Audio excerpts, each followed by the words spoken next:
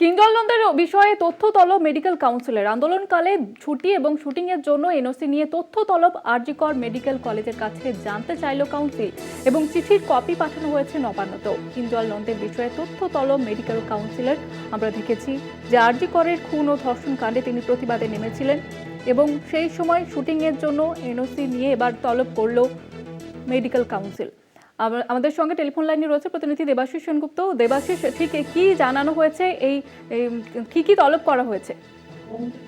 দেখো, রাজ্য মেডিকেল কাউন্সিলের পক্ষ থেকে কিন্তু আরজি করের অধ্যক্ষর কাছে বিশেষত কিঞ্জল নন্দের বিষয়ে বেশ কিছু তথ্য তারা চেয়ে পাঠিয়েছেন, এমনকি কিন্তু আমরা সূত্র মারফত জানতে পারছি।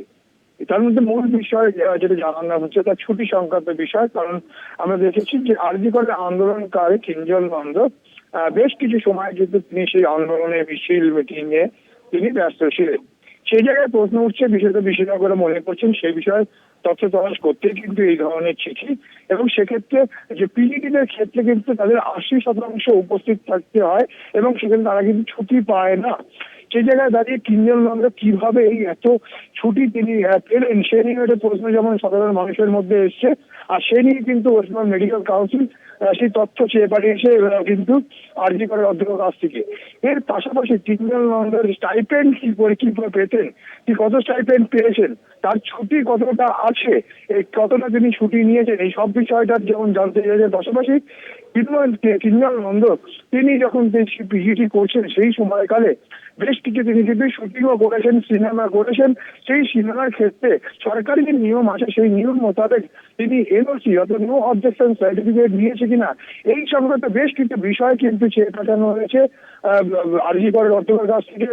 মেডিকেল কাউন্সিল চেয়েছে এবং এর প্রতিলিপি, চিঠির প্রতিলিপি কিন্তু পাঠানো হয়েছে। যতদূর আমরা জানতে পারছি স্বাস্থ্য সচিব সহ নবান্নতে কিন্তু এই চিঠির প্রতিলিপি পাঠানো হয়েছে। মনে করা হচ্ছে কিঞ্জল নন্দ যে সময়টা তিনি আরজি করে যখন তিনি যেমন আন্দোলন চলছে সেই আন্দোলনের ক্ষেত্রে জুনিয়র ডাক্তার ফেডারেশনের হয়ে তিনি কিন্তু নেতৃত্ব দিচ্ছিলেন, আমরা সেটা দেখেছি। এবং সেই জায়গায় দাঁড়িয়ে তিনি তার কাজের ফাঁকি দিয়ে বা কাজকে নষ্ট করে মানুষ তার রোগী পরিষেবা দেওয়ার করে সেই জায়গায় তিনি সেই আন্দোলন করেছে কিনা, এই বিষয়টা খুঁজে বার করতে এই ধরনের পদক্ষেপ বলে মনে করছে বিশেষজ্ঞ মহল। ধন্যবাদ জানাবো তোমাকে দেবাশিস। আমাদের সঙ্গে টেলিফোন লাইনে ছিলেন প্রতিনিধি দেবাশিস সেনগুপ্ত।